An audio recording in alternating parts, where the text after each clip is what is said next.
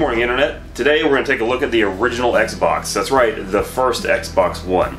And I have very limited experience with this system. I purchased one years ago on a whim, and then I remember shortly after buying it, like probably less than 2 weeks of owning it, I sold it for some reason. I don't remember why. But with me wanting to rebuild my collection of old games and old consoles, I decided, well, I need one of these again. So the one that I look at today is pretty much going to be like a new system to me, as if I've never had it, because I barely remember the one that I had. Plus I have a couple games for the original Xbox that I wanted, but they just won't play on the 360. They're not backwards compatible, so I needed to get this in order to play them. Plus I like to play games on the system they were made to be played on. It's just some weird thing that I do, I guess. But for those of you that have never had one of these, or you've all but forgotten the little system, let's take a quick history trip and learn about where the system came from. So it was released on November 15th, 2001, and it was Microsoft's first ever gaming console, and the first one that was released by an American company, ever since the Atari Jaguar anyway. It was powered by a 733 MHz custom Intel Pentium 3 processor. It had a GeForce 3 DirectX 8 GPU running at 233 MHz and 64 megabytes of RAM with an 8 GB hard drive. Now, that sounds like the world's weakest gaming PC by today's standards, and you would be right. However, when the system came out, it was a powerhouse on the console market. You really hadn't seen anything like it. Of all the three systems that were out, the games typically look best on the Xbox when compared to the PlayStation 2 and the GameCube, even though the GameCube actually had some games that looked better and was in some ways more powerful than the Xbox. The Xbox was the more well-rounded system and overall just kind of the beast. If you wanted a system to show off back then, the original Xbox was pretty much the one to get. Now, even though it was pretty much a PC and pretty much a gaming PC at the time, it still fell short of the PlayStation 2, who, despite being the weaker system, dominated that generation of consoles. Most, if not all, multi-platform games released played and looked better on the Xbox, but it was still not able to overcome the PlayStation 2. The Xbox sold a respectable 24 million units worldwide, but most of which were in North America. In fact, 16 million of those were in North America, and I finished that generation of consoles in second place.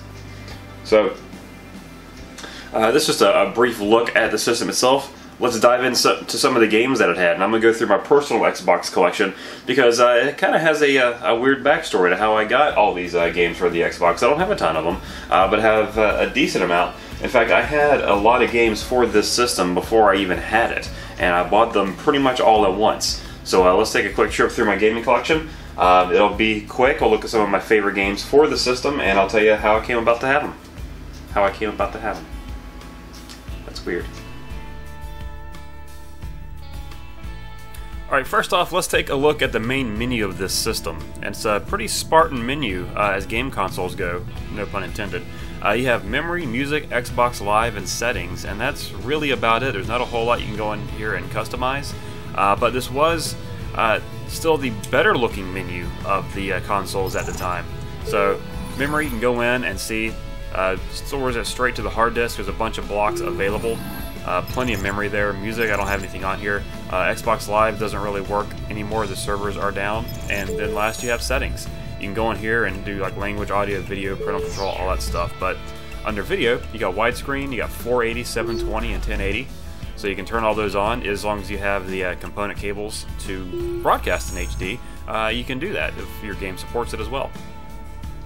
So here is the actual system, and I'll be honest with you, I still think it's a pretty good looking console. It looks like an old school set-top box or VCR or DVD player or something, but it's still a pretty decent looking console. You got your 4 ports on the front, got your eject button, your power button, disk drive that pops out, and then on the back you just got your standard power, your AV, and your network.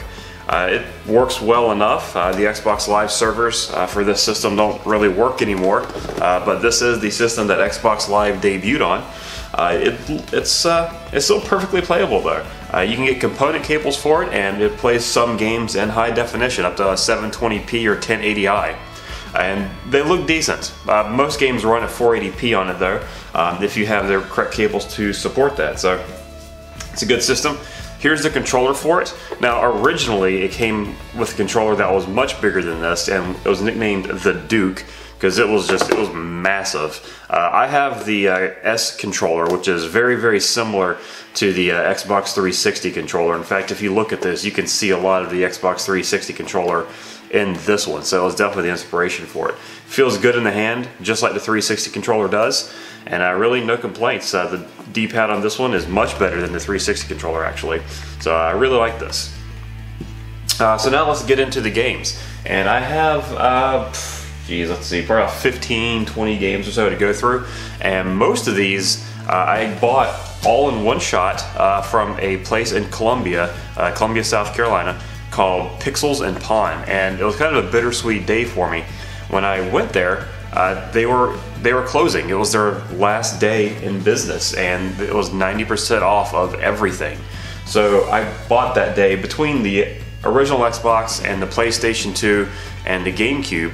I bought about 25 games, and I paid $18 for the whole lot of 25 games. So kind of bittersweet. Got a great deal on games, but unfortunately it was a local gaming company that was going out of business. So that's always sad. I wish they could have gotten more support.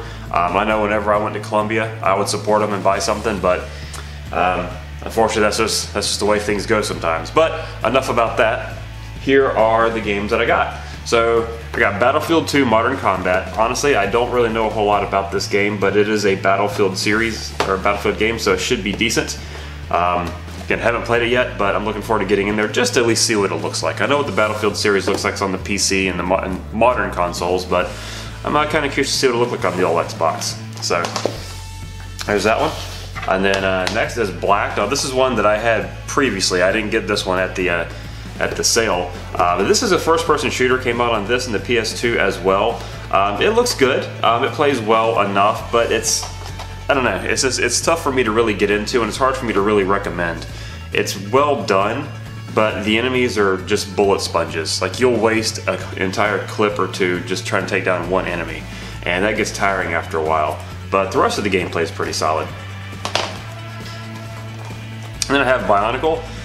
This is a game that I didn't know anything about. I know I heard the name, so this is one that I got at the sale, and I was like, well, I've heard of it. I'll pick it up. It's cheap, obviously cheap enough. I got it for about 70 cents, I want to say. But I realized the reason I've heard of it is because this was a big Lego series for a while. So it's got a little Lego logo there, so it's kind of tell right there it's based off of the series. But you know what? It seems pretty decent. I played it for a little bit. It seemed okay. I may jump back in there and play a little more of the game, if not finish it. And then Chronicles of Riddick. I also got this at the sale, although I already had this on Steam, so I already knew about the game, already knew what I was getting into. It's a good game. I really enjoyed it. I enjoyed playing through it on the computer, so I may end up playing through it on the original Xbox as well. Next up is Cold Fear. So this is kind of what inspired me to get an original Xbox, because I bought this to do a Let's Look At, which I did end up doing by using PC footage. I just went and bought it on Steam for about $9 and recorded all the footage from the PC. But this is a survival horror, kind of similar to Resident Evil. It's been compared to Resident Evil 4 a lot, and while I was recording the footage, I definitely see where the comparison, word I was looking for, to Resident Evil 4 came from. It seems pretty decent. It doesn't seem as polished as a Resident Evil game, just from the first couple minutes that I played of it, but it seemed decent enough, so I'll probably jump back in there on the Xbox actually and play it. Last night when I unboxed this thing, I popped this in just to see how it controls, and actually I like the controls on the Xbox a lot better than the PC. Dead or Alive 3. Also got this one at the sale. Not much really to be said about this. A lot of people know about these games. It's just a really good, pretty fighting game. It's probably not the best fighting game series out there. In fact, it's definitely not my favorite fighting game series, but it's really good. Definitely famous for one major reason that's pretty apparent in all of the games. But other than that, you know, if you look past that, it's actually got a pretty solid fighting game engine behind it, and again, it looks really good. It's a very pretty game. So it may not be my favorite series, but it's definitely one that I don't mind playing, and I'm really looking forward to getting back into this series because I haven't played it for quite a few years now. Doom 3, this is one that I had previously because it's Doom 3 and it is backwards compatible, so I've played through this a couple times, really enjoy it. It definitely looks a little dated now compared to a bunch of newer games, but it's still good. It's still scary. Part of the reason that it's scary is it just has that old school charm to it, and it was just made very well. You can tell a lot of love went into this game. So definitely one that I'd recommend really to anybody if you haven't played it yet. But if you have the original Xbox, I'll definitely pick it up on that system. It looked really good. It played great. Of course, the PC version is going to be a little bit better, but you know, pick your poison. You can't go wrong either way. Next, we have Fable: The Lost Chapters, another game which made me want to pick up an original Xbox. I got this one at the sale as well, and it doesn't work on the Xbox 360. Yes, it's listed as backwards compatible. Yes, you can pop the system into the 360. It will start it up and attempt to play it, but I have tried many times, and it just gets stuck in an intro loop. You watch the intro movie, and it looks like it's about to kick into the main menu or the game, and just loops back around to the intro movie. And it does that over and over and over. And after reading about it online, some people say that after a while it'll finally kick into the game, or if you keep resetting the console, it'll finally kick into the game. Just, there's no reason. If it's backwards compatible, it should work. This just flat out doesn't. So, got the Xbox. Pop this in, and of course it works first time, just like it should.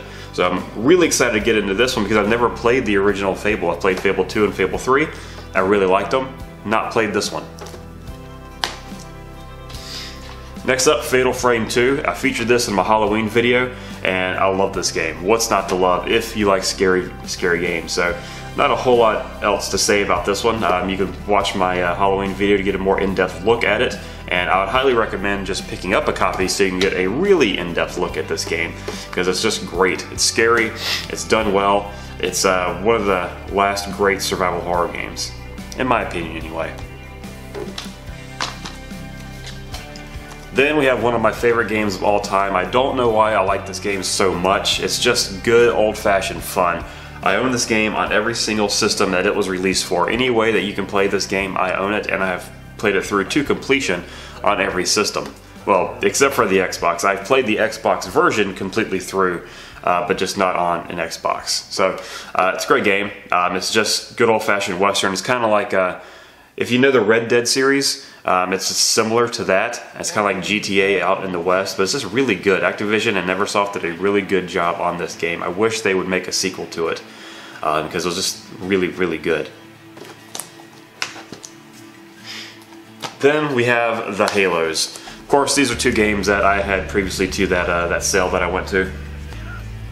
The games kind of speak for themselves. I was actually never a big Halo fan. I played the first one when it originally came out on the Xbox, and I didn't like the way it controlled. I didn't like the way you could only have two guns at once, so I just kind of wrote it off and never touched it. I finally played through a Halo game probably 2 years after Halo 3 was released, and then once I played through it, I was like, well, I'm a collector. I want to have all the games in the series, so I bought these two at Best Buy when they were still available for like $5 a piece. I got both of these games for $10 at Best Buy. It was kind of a good deal, brand new. I played through these, and you know what? They're decent. My favorite Halo would probably be ODST, which I know is the redheaded stepchild of the series, but I don't know. Maybe the reason that I like that one so much is because it's kind of a huge departure from the way the series is typically made. So yeah, these aren't my favorite games, but I do absolutely respect what they did for the industry. I like both of them for that, and you know, playing them back as older games, they're good. They absolutely still hold up well, and I don't know why I'm still talking about these games. You know about them. If you've played them, you know about them. If you haven't played them, you know about them, and there's really not much else to say. Next up is Narc. I know nothing about this game. I haven't even popped it into the old Xbox yet, but I was a huge fan of the old Narc game on the old 8-bit systems, so I'm kind of excited to get back in just to see what it does. And I'm not sure if you'll be able to see that or not, but it says HD 720p, so it will play this game in full high definition. Yay! Next, ESPN NHL 2K5, my all-time favorite hockey game. It's such a good game. When this game came out, I believe it was brand new for $20. So Sega was trying to, and Sega and 2K5, like they were trying to really undercut the competition, and they did. Not only were they able to offer a game for half the price of their competitor at the time, but it was a better game. It's just, there's something about just the way the game plays. It's very arcadey while being a simulation at the same time. The presentation is great, the music selection is great. In fact, one of the bands featured on this game is a band called Calcutta, which has become one of my favorite bands. Unfortunately, they broke it up, but they released a couple albums that are always in my rotation. I love those albums, and it was thanks to this game. So if you can get a copy of it, NHL 2K5, which it's incredibly cheap, you can get it for the PlayStation 2, you can get it for the Xbox, and I want to say you can get it for the GameCube as well. I'm not sure on that, but I think you can. Pick it up. It's a good game. It's a great thing to play through. It does support widescreen. It looks great on the TV still. So it's just a good game. We have the NHL Hits series. Very arcadey series. It's kind of like the NFL Blitz series from years ago, if you remember that series. It's just you got a couple people on your team, you're just knocking people down, you're setting things on fire, you're scoring goals in rapid succession. It's just really good. So I got 2003 and I got Pro. They're both great. Just great solid arcadey hockey games. If I want to play hockey and I don't want to play a simulation game, I just want to get in there, hit some people and score some goals, these are the ones that I pick up. Next up is Psychonauts. Very underrated game, as everybody says, but it's got a huge cult following, and I know why. After playing through the game, it's fantastic. I'm a Tim Schafer fan to begin with there, thanks to the Monkey Island series, which I grew up on. But this game is just so good. It's a great solid platformer. It looks good. The writing is good. The jokes are great. They still hold up today. It's just a fun game to play through. It's very pretty. The art style that they used still looks good. It looks a little dated, but it's still fun to play through. And the sense of humor in this game is just phenomenal. You're not going to find many games that are funnier than this one. So if you have a couple hours to spare, find a copy, pick it up. It's really easy to find now. Xbox, PlayStation 2. You can get it on PC as well through Steam. It's probably the easiest way to get it. It's absolutely worth every penny that you would pay for it and every hour that you're going to spend playing this game. You better hurry, kid. Next I have Rainbow Six 3. Picked this one up at the sale as well. I haven't played through this one. In fact, the only Rainbow Six games that I've ever played through are the Vegas series, which are phenomenal. I love those series, those two games. So I'm really excited to get into this one. It does support widescreen, which is good, which only reason I mention that is because not every game supports widescreen in this generation, so it's kind of cool when you get one that does. And the Xbox was the only system that actually supported true widescreen. The GameCube and the PlayStation 2 would do it, but it wasn't a complete fill your screen style of a widescreen, and it just didn't look as good as the Xbox did it. So definitely looking forward to getting into this. I will absolutely play this one through to completion because I like the series. I have Rally Sport Challenge. I just picked this up. I don't know anything about it other than I've heard of it and that it's a decent game. I mean, it's a platinum hit. How can you go wrong?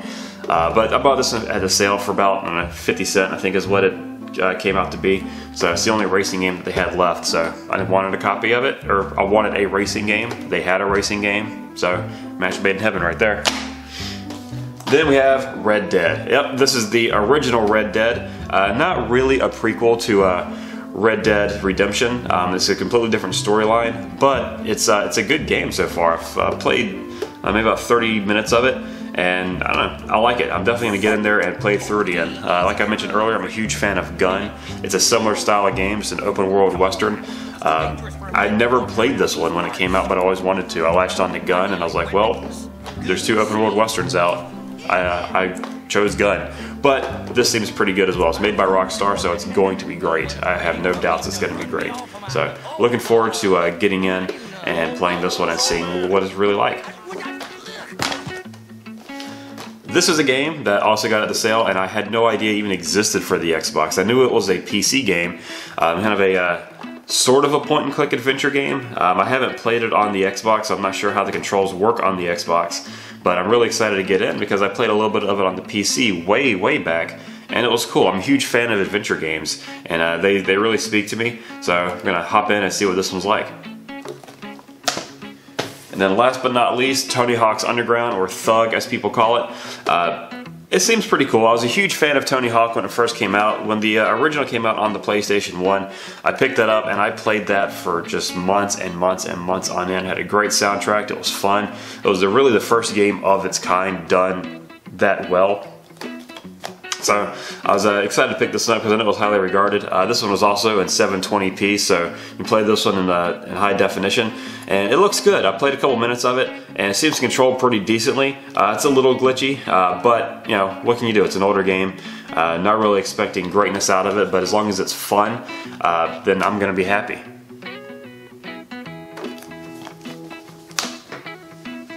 Well, that's just a quick look at the original Xbox system and some of the games that it has to offer, and all of the games that I have to offer. I hope you learned a little bit. Hope you enjoyed the video. I'm excited to grow my original Xbox collection. I'd like to get every game that's available for it, but that's pretty much every collector's dream, so I'm going to continue to collect for it. I hope it inspired you maybe to buy one, maybe answer some questions, or at least give you a look into a system that you may not have known a whole lot about.